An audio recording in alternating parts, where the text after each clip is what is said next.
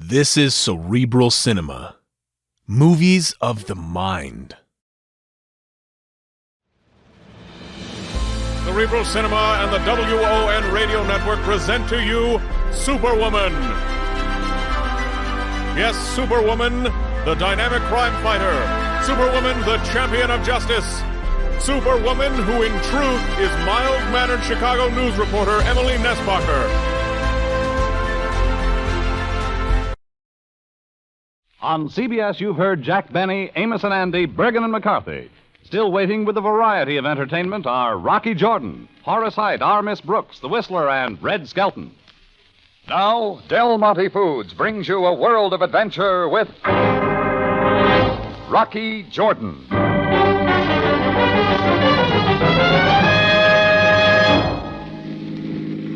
Well, Chris, we ought to be back in Cairo in another hour. Hey, what's that plane up to, Rock? He's in trouble. Motors are acting up. We better do something in a hurry. He's coming down way too fast for my money. He's got to try for a landing. Out here in the desert? It's the only choice he's got. Man, oh man, look at it come down. Hold your fingers crossed, Rocky.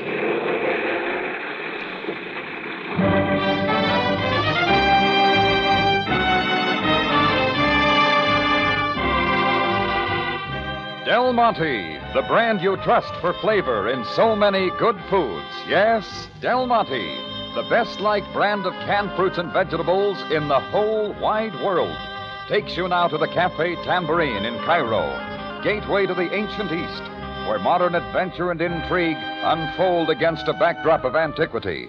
Tonight's Rocky Jordan story, Horde of the Memlooks.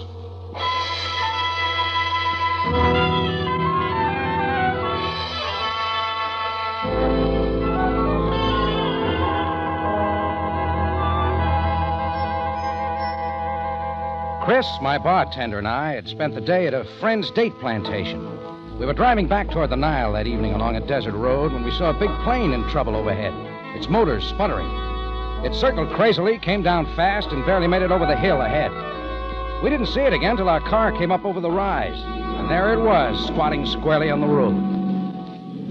Well, what do you know, Rocky? Landed on the road without a scratch. The pilot found a lucky spot, Chris. Lucky ain't the word for it. I don't see anybody around. Still inside, maybe. Come on, we'll see. Yeah. It says Star Transport on the side. Ah, it's a Cairo outfit. Hello there. Everything all right? Hello. That's funny. The cargo door is open and the ladder's hanging down. Let's look inside. Hey, what kind of cargo's this? Nothing but palm fronds. Anybody here? Hello. Sure don't make sense to me. Chris. Huh? Holy Moses, Rocky. No wonder they didn't answer. Shot right through the head. Pilot and co-pilot both. But how? If they landed the plane and... What do you make of it? I don't know, Chris, but it's not for us. Let's get out of here. Hold on, Rocky. Huh? Look up there. I saw it then, a tall, wild figure standing at the top of a sand dune not far off, silhouetted against the pale sky, all in black, from the burnous to his long black robes flapping in the breeze. Chris, get to the car. Step on it.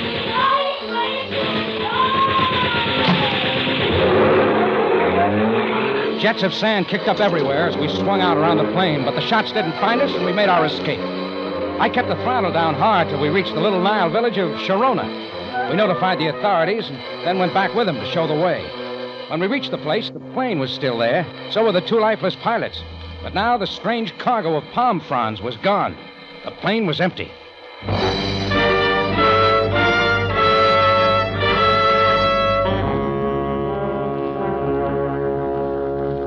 Chris and I got back to Cairo then. He was kind of shaken by it all, so I told him to take the next day off and rest up. I was at the Tambourine the next afternoon, still wondering what it was all about, when I had company. Captain Sam Sabaya, Cairo Police. Well, Jordan, you quite outdid yourself this time. Sam, I didn't half try. A plane loaded with palm fronds, a fantastic figure in black who fires at you with a modern machine gun. All right, you can relax. It's all out of your territory. Let us hope that it remains so. However, Mr. Madine of the Star Transport Company is somewhat puzzled. So am I. Did he tell you what the flight was about, Sam? Only that the plane had been commissioned by one Amin Bey of this city to fly a cargo out of Dongola. Dongola? Far to the south in Lower Nubia, the village of the remaining Memlooks. Eamon Bey was flying palm fronds all that way? That is not what puzzles Mr. Madine, Jordan. What then? It is your statement to the Sharona authorities that the plane made a forced landing because of engine trouble. Well, that's right. Why? You will be interested to know that the company's mechanic found the plane and its engines in perfect condition. There was absolutely nothing wrong. Well, ask Chris, Sam. He saw it all, too. Calm yourself, Jordan. Ammon Bey has yet to learn of the disappearance of his cargo. It is he who will have questions which you might help answer. Shall we go, Jordan? We stepped into Sam's limousine out front and rolled down to a street lined with all white houses near the riverfront. Pretty soon, Sam was knocking at one of the doors. It was opened by a big man who wasn't Egyptian, blonde face and hair combed straight back. Yes? What do you want? Captain Sabai of the police. I would have audience with Ammon Bey. I'm Karl Klebel, his secretary. Please state your business. I would speak with Ammon Bey. This way, please. It struck me that Karl Klebel looked like more than a secretary. He led us down a hallway into a room at the far end. A wall of the room held a big painting, some sort of battle scene with a man on a white charger leaping a high wall. Beneath the picture sat a young woman with dark round eyes and olive skin that reminded me of velvet. Well, that much I liked. Then a pudgy man wearing a red fez came hurrying out. Has he come at last, Carl? Oh, I'm sorry. Captain Sabaya of the police, Eamon Bey. Oh, you honor my house, Captain. This is Mr. Jordan Ammon Bey. Hello, Eamon Bey. Again, I am honored. My guest, Trana Fentar. My pleasure. How are you, Miss Fentar? Most well, thank you. Now, if you will be seated, the purpose of your visit, Captain Sabaya? Ammon Bey, you commissioned a plane of the Star Transport Company, I believe, to fly a cargo in from Dongola? Why, yes, that is right. Is there something wrong? I fear there is. The plane made a forced landing in the desert last evening. What happened after that is not entirely clear. Please, Captain, what are you trying to say? Wait, Trana. Let him continue. I must tell you that the entire cargo of the plane has disappeared. Disappeared? But that is impossible. Eamon Bey, after all our efforts. Captain, please tell us everything that you can. Mr. Jordan is here for that purpose. Then quickly, Mr. Jordan. Well, a friend and I saw the plane go down in the desert yesterday evening. When we got to it, we found the crew shot to death. No. The plane was loaded with something when we found it. But did the captain not say? No, I'm getting to that. Somebody in black robes showed up over a hill and cut loose with a machine gun. We got away and reported it to the authorities. But when we all got back to the plane, it was empty. I cannot believe it. Eamon Bey, what can we do? Well, does a plane load of palm fronds mean so much? It is best that I explain. The palm fronds were but a covering. Underneath was ivory, the very finest ivory, worth many thousands. We must get it back. Let us trust that it is possible. You say they were all dead, Mr. Jordan. The pilot and his partner, both shot at close range. But wait. What of the third? There was another. We only found two. Oh, then it is possible that Ulai is still alive. Eamon Bey, what could have happened to him? Trana, we neglect hospitality.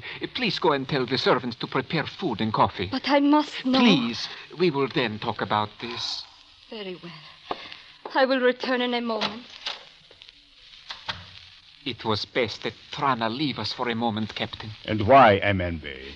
You see, the man Ulaya, who was on the plane and has now disappeared, is her uncle, a leader of the Memlook people in Dongola. He was flying with a delivery of ivory. Mr. Jordan. Yes? About this man in black robes who fired at you. Was he quite tall and with a heavy dark beard? Well, he looked that way. His back was to the sky. It was getting kind of dark. But he could have had a beard. Yes, he could have.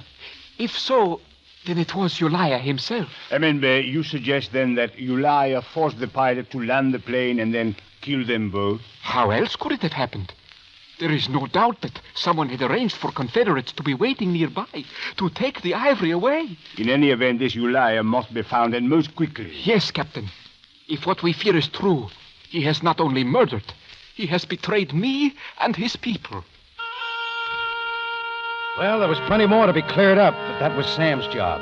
I wasn't in any mood for burning my tongue with Egyptian-style coffee, so I excused myself. I went back to the Tambourine and stayed there. I lucked up around midnight and went up to my room, figuring to catch up on some sleep. Tried to get the tall man in black, the girl with the velvet skin, and the disappearing ivory cargo off my mind. And I did a pretty good job of it. Till all at once I was wide awake. The light was on, but I didn't see it for the black burnous and robe and a heavy black beard held close to my face. Something didn't go with it, but I didn't have time to figure what. His powerful fingers closed at my throat. They held as I fought back, and we rolled to the floor. His head caught the bedpost, and his fingers loosened just enough. I twisted away, but as I tried to come up, his fist caught me behind the ear, and the clouds rolled in like a Kansas tornado.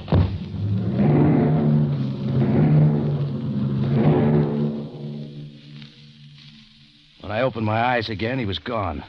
Through the open window to the roof. The way he'd come in.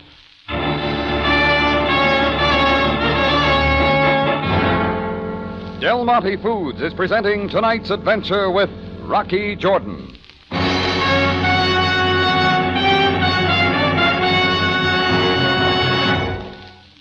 Just let the weather turn fair and warmer, and right away your family gets hungry for lots of refreshing fruit flavor.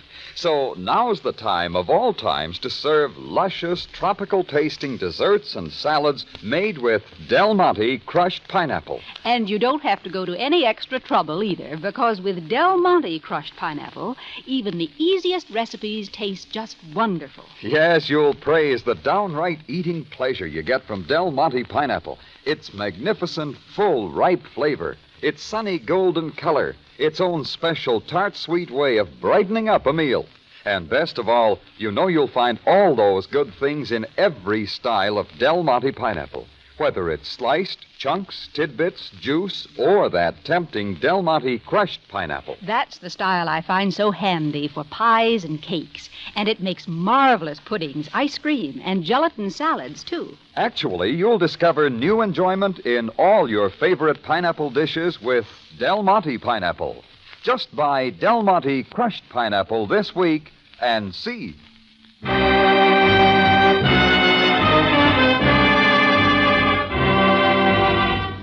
And now we take you back to Cairo and tonight's Rocky Jordan story, Horde of the Memlooks.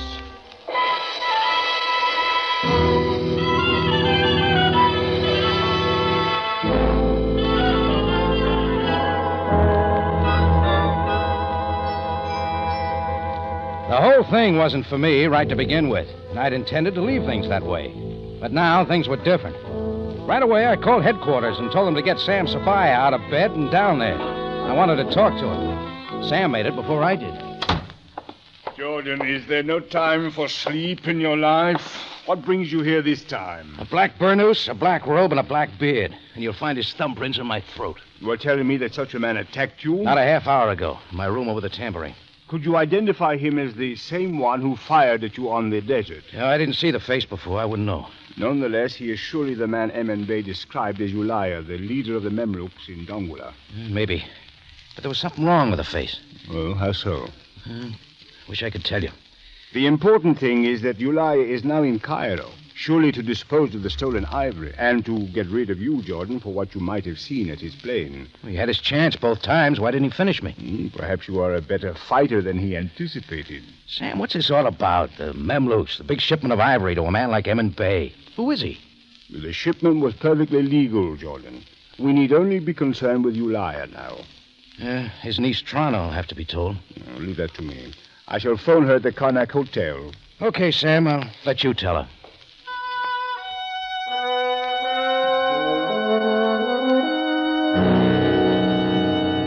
I drove back through the dark streets toward the Tambourine, trying to figure what was wrong. The man in the black beard could answer it, but how to find him before he found me again was something else. Well, I knew I wouldn't be able to sleep till I knew a lot more, so before I reached the Tambourine, I turned the car around. In another 10 minutes, I was at the Karnak Hotel, where Sam had said Trana lived. The light under her door said she was up, but one knock got an answer. Mr. Jordan. Oh, Mr. Jordan, please come in. Were you expecting me, Trana? No, but I'm glad that you have come. I must talk to you. Sabaya called you then, he told you. Yes, but I tell you that it is not possible that my uncle attacked you. Ulaya is a man of respect and trust among my people. Well, people can change, Trana. No, he would never do such a thing. Tell me something. Why are you here in Cairo? To study at the university. I have special permission, for I am not a citizen. My people cannot be. Let's hear about your people.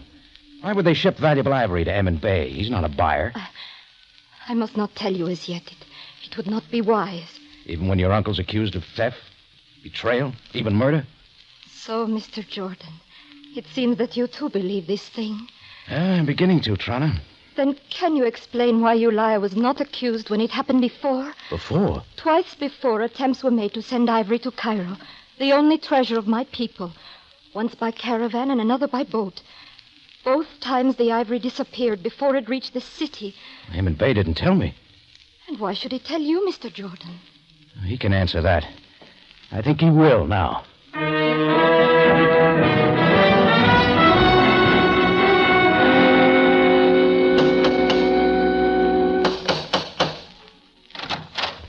Mr. Jordan, what do you want? See your boss, Klebel, in a hurry. He is asleep. He will not be disturbed. Now get out. Carl? Carl, who is it? Mr. Jordan again, Emin Bey. Permit him to enter, Carl. You may go. Very well. I can well understand why you have come here at this hour, Mr. Jordan. Can you? It is about Ulaya's attack on you, of course. Sabaya called me about it. I deeply regret that you have been made to suffer in this affair. Oh, it's a lot more. The other shipments of ivory that were hijacked. You've been holding out. The robberies were properly reported, Mr. Jordan. Not in Cairo, naturally. You could have told Sam. Why all the cover-up? Mr. Jordan, do you know of the Memlooks? Supposing you tell me. Please be seated, and I will tell you. Mr. Jordan, many centuries ago, the Mongol Genghis Khan conquered Turkey and took countless thousands as slaves. 12,000 of these he sold to the Sultan of Egypt to serve in his army. Oh, it's a long time ago. Bring it up to date, Emin Bey. Please hear me, sir. The Turkish slaves of the Sultan proved themselves a strong people. Soon they revolted and took over the government to become its masters. They are the Memlooks. Go on.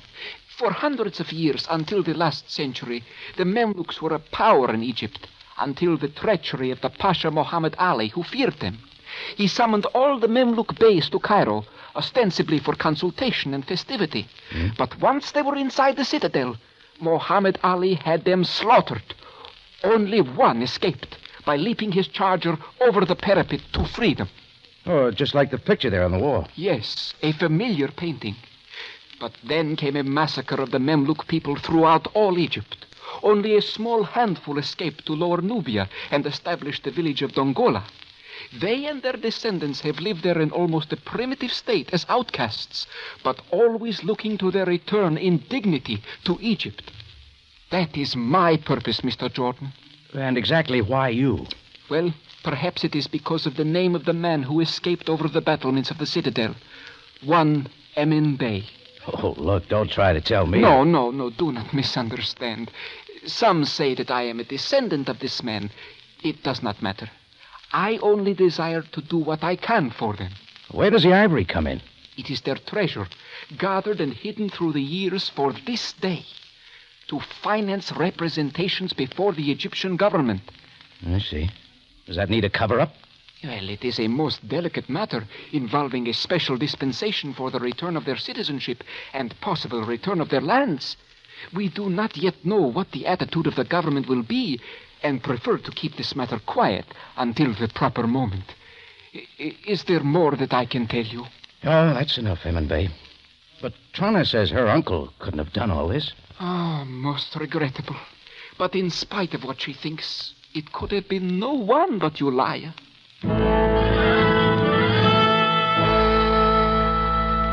So now I knew. All that seemed left now was to find Ulaya and get it over with. But something didn't match up, like a blue tie on a green shirt. One morning came, I did some scouting on my own at the university, the Ivory Mart, and a couple of the consulates. I learned some things. But the black beard didn't show again, and I was beginning to wonder if he would. When I finally got back to the tambourine, Chris told me Sam wanted me down at headquarters. Just as I pulled up at headquarters, the girl Trana was just getting there, too. We went in together and found Sam pacing the floor, waiting. Right away, he took us down some familiar steps and into the morgue below. A little way back, he drew down a sheet to reveal a man with a heavy black beard. This is your uncle, then, Miss Trana? Yes. Yes, it is he. He was found shot in the desert and brought to Cairo for identification. Then there is no more hope. Now, Jordan, is this the man who attacked you? Oh, there's a resemblance, Sam. Come, Jordan, this is no time to evade. He looks the same. What else can I tell you? But you are sure, Miss Trana? There is no mistaking. He is Ulia. What does the coroner say? He has yet to make his examination, Jordan. Why? To find out how long the man's been dead. Does that matter so much? Oh, say for 2 days. That would mean Ulia's not the one who came after me at my cafe last night. The coroner will be here soon. Tell him to hurry it up, huh? Captain Sabaya, may we go now? At once, Miss Trana. Sam, hold it a second. Jordan, come along. I stepped back to have one more look, this time at Ulia's eyes. They were brown, just like you'd expect them to be. But now things weren't wrong anymore. I bowed out as quick as I could, got to my car, and was back on the merry-go-round. Only this time it had an ending, right back at the White House on the Nile. Emin Bey is not here. That suits me just fine, Clevel. You're the one I want to see. And why me? Only the secretary of the Bey. Keep it up, Clevel. You got big, innocent blue eyes. I got a real good look at them last night. You talk about eyes, but you do not make sense. It took a long time to register. The color of your eyes was the one thing you couldn't change. Sure, you had the build to match Ulia's. All the rest you thought you had to do was put on a black burnous, a robe, and a phony beard. I failed to follow you. It figures now why you didn't kill me. You were there only to make me and the police believe that Ulia was alive and in Cairo. And what would I know of Ulia? I can tell you about him. He's dead. And he's been dead ever since you shot him and the 2 pilots out in the desert. You dare to suggest... Who else, Clevel? Anyhow, an Arab doesn't fight with his hands like you tried to in my tambourine. They like the knife. That is hardly a proof. All right, then try this. Your consulate tells me you've got quite a police record on the continent. Maybe Emin Bey'd like to know that. Not proof enough. Well, let's get some more. Might be in your room. Jordan, you realize that you are breaking into this... Save it. In here, Clevel? It won't take long. The first drawer never pays off. Maybe the second, Mr. Jordan. Yeah, here we are. All the makings of a real black beard and the gum Arabic to stick it on with. I have warned you enough. All right, don't take that gun. Come on. No, Jordan. Yeah, it's better. You're big, Clevel, but way too slow. Wait, Jordan, listen to me. Tell it to Sam Sabaya. Come on, let's go. No, please. It was not I. I did only as I was told. Only who's going to believe it? Perhaps I can convince you, Mr. Jordan. Emin Bey. So, Carl, it seems that you should have finished with Mr. Jordan at the beginning on the desert. Fortunately, it is not yet too late.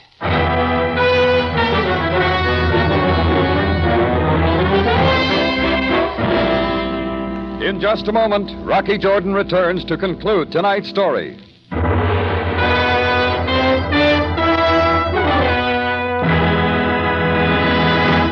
What's your family up to these busy May weekends? Picnics, gardening, golf? Well, whatever it is, if the refreshments are up to you, I hope there's plenty of frosty, cool Del Monte pineapple juice in your refrigerator.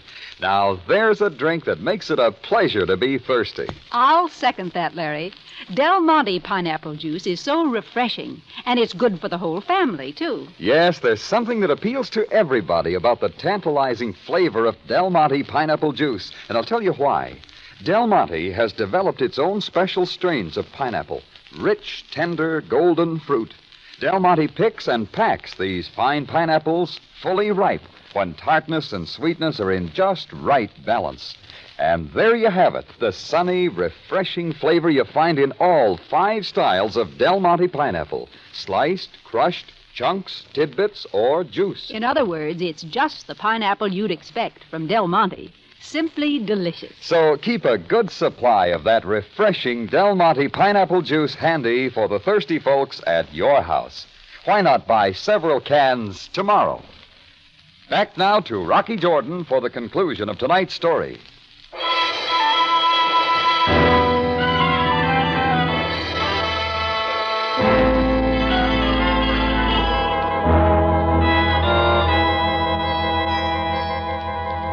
Well, I'd thought I had it all. The whole answer to the stolen ivory of the Memlooks. with Emil Bay's big, blonde male secretary right in the middle. My idea now is to take him to Sabaya till Eamon Bay himself walked in and the gun he held canceled out mine. Give your gun to me, Mr. Jordan. Carefully. I will take it, Emin Bey. No, Carl. Stay where you are. But I can dispose of him for you. I will take it. There. Thank you, Mr. Jordan. Don't mention it. And now, Carl, I believe you were about to tell Mr. Jordan something. Emin Bey, I was only marking time. I knew that you would soon return. Of course. But go ahead now.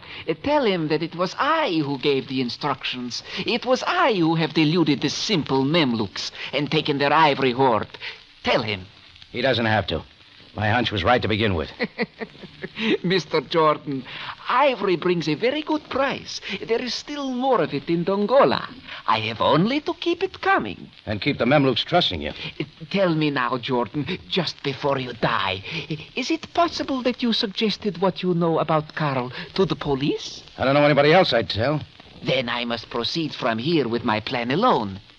Poor Carl was such a good help. Emin Bey, you could not. Kill Jordan, but not me. But death has always been cheap to you, Carl. Face it bravely. Learn now what it is like. Carl Clever watched the gun, not knowing which of us was first. As it wavered toward me, Carl lunged, but he was slow again. Both shots caught him moving in. He reeled back against me. I shoved him right at Eamon Bay, and as he slumped, I was moving. Another shot clipped my ear, and I was inside the line of fire and working him over. And that was all for Eamon Bay.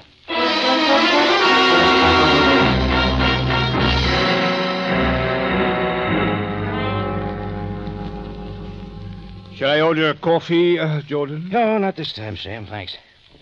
What does Eamon Bay have to say? Oh, give him time. He will tell us where the ivory is hidden and the many details of his activities. Oh, we can make a guess. He found out somehow about the ivory hoard the Memlooks had hidden near Dongola. So he used his name, that of a Memlook hero, to gain their confidence. The tale of how the Eamon Bay of history leaped his horse over the citadel wall to freedom is considered nothing but legend. But do continue. Well, anyhow, with Carl Clevel as his front, he bribed the pilot to fake the engine trouble on the plane to fool Ulia, who was on board. After he landed at a given spot, Carl and his helpers killed everyone on board.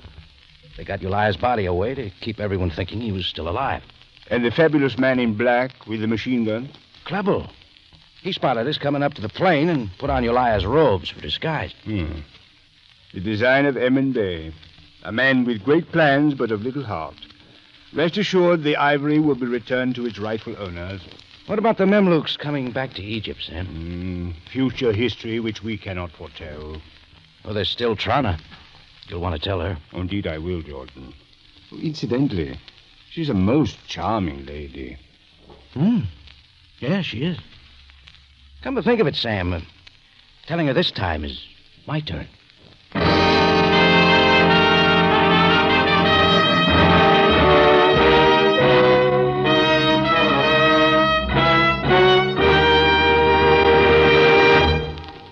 For superb flavor, for dependable quality always, enjoy Del Monte fruits and vegetables. Remember, buy wisely. Buy for flavor. Buy Del Monte, the brand you trust for flavor in so many good foods.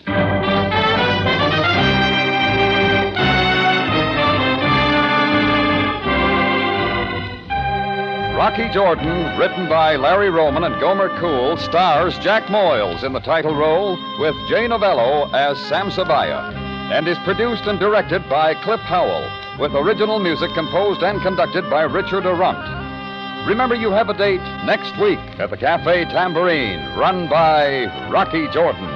Same time, same station. And the story is Congo Copper.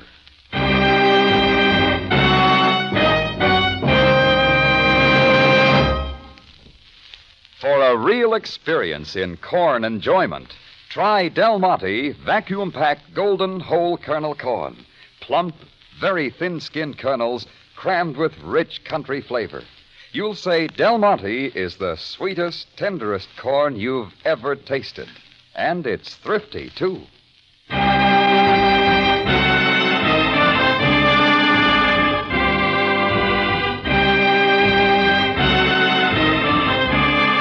Larry Thor speaking. Rocky Jordan is presented over CBS, the Columbia Broadcasting System.